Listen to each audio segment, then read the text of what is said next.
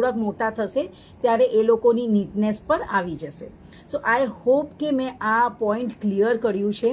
આ actually question હતું એક પેરેન્ટનું કે મારું બાળક સારું લખતું નથી, હું બહુ વઢું છું, બહુ કરું છું, બધું ટ્રાય કરી નાખ્યું પણ એ લખવામાં હજી નીટ નથી, તો હું શું કરી શકું?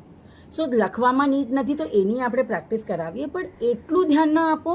ઇનફેક્ટ જે ગુડ ક્વોલિટી છે, બીજું કે બોલવામાં બહુ સારું છે તો એને એન્કરેજ કરો, ને એને પછી જે આ સારી ક્વોલિટી છે એને એન્કરેજ કરીને પછી જે ક્વોલિટી વીક છે એને આપણે ડેવલપ કરી શકીએ.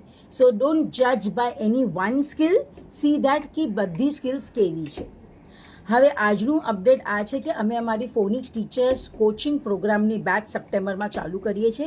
આ એડવાન્સ કોર્સ છે, એમાં લાઈવ સેશન્સ થાય છે.